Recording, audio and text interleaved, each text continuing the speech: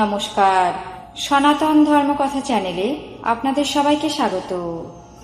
আজ চৈত্র মাসের 15 তারিখ সোমবার, শুক্লপক্ষের দ্বাদশী তিথি। মহাভারতের সভাপর্বের 14তম অধ্যায়ের প্রথম অংশ। কৃষ্ণ এবং যুধিষ্ঠিরের মিলিত পরামর্শ পর্ব শুরু করব। নারায়ণং নমস্কৃত্য নরং চৈব নরোত্তমং দেবীং সরস্বতীং ব্যাসাং ততো জয়মুদীরয়েৎ।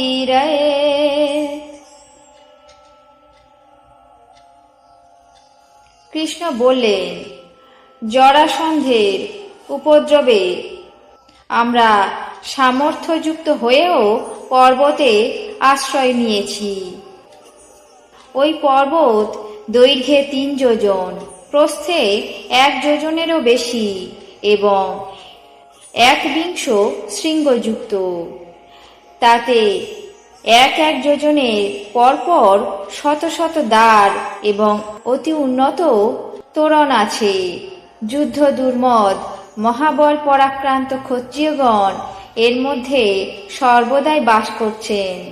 হে রাজন, আমাদের বংশে 18,000 ভাই আছেন। আহুকের 100 পুত্র, তারা সকলেই প্রায় অমর।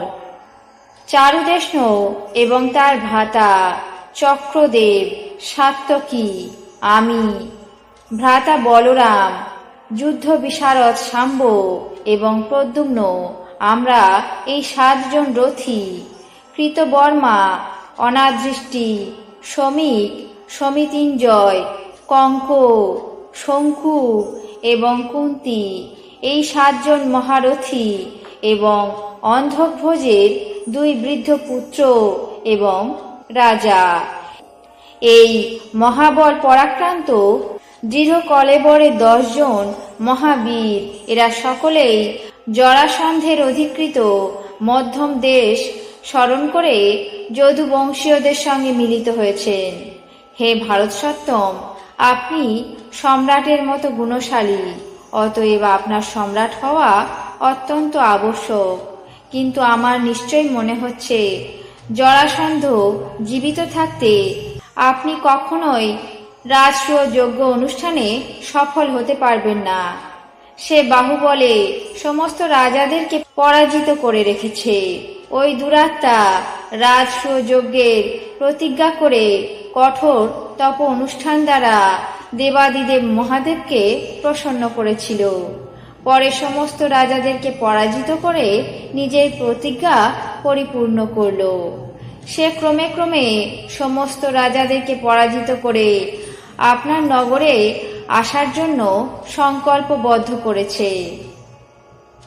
আমরা জরাসন্ধের ভয়ে ভীত হয়ে মথুরা পরিত্যাগ করে দ্বারকা নগরীতে পালিয়ে এসেছি।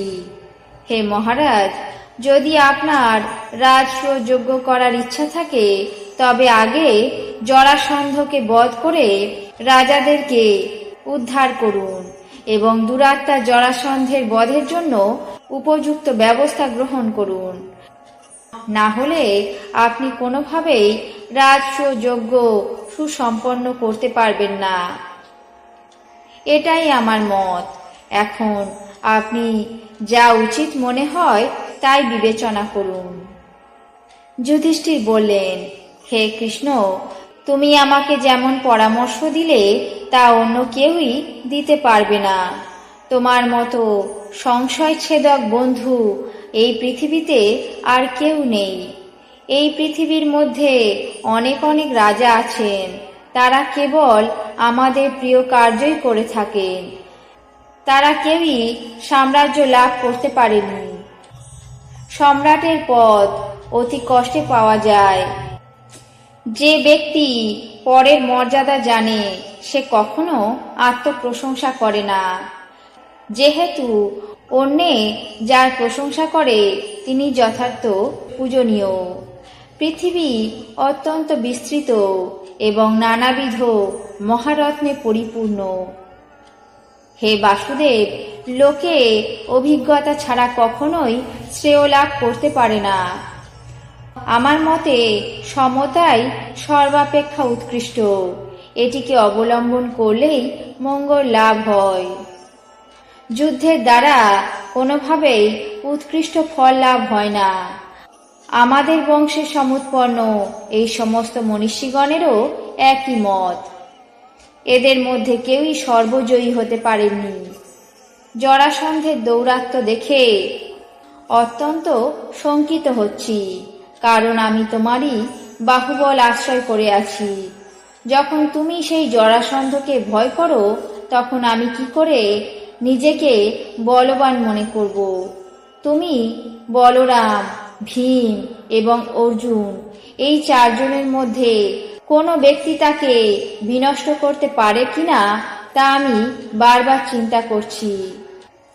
এখন তোমার যা ইচ্ছা হয় তাই বলো, আমি তোমার মত অনুসারেই সমস্ত কাজ করব। আজ মহাভারতের সভা পর্বের 14তম অধ্যায়ের প্রথম অংশ, কৃষ্ণ এবং যুধিষ্ঠিরের মিলিত পরামর্শ পর্ব এখানেই শেষ করছি। বাকি অংশ আগামী পর্বে পাঠ করে শোনাব। এখন জেনে নেব আজকের দিনের 12টি রাশির রাশিফল। মেষ, কর্মবিভ্রাট। বৃষ, ধনাগম। মিথুন, বিড়ম্বনা বৃদ্ধি। কর্কট, সুপরামর্শ লাভ। সিংহ, বিনিয়োগে লাভ। কন্যা, অবসাদ। তুলা, উদ্বেগ বৃদ্ধি। বৃশ্চিক, বিদ্যা অনুরাগ। ধনু, অস্থিরতা বৃদ্ধি। মকর, প্রিয়জন সঙ্গ। কুম্ভ, নব উদ্যোগ। মীন, পারিবারিক শুভ। এই ছিল আজকের দিনের 12টি রাশির রাশিফল। আপনাদের কেমন লাগলো তা অবশ্যই কমেন্ট বক্সে জানাবেন। চ্যানেলটিকে সাবস্ক্রাইব করবেন, লাইক করবেন, শেয়ার করবেন। ধন্যবাদ।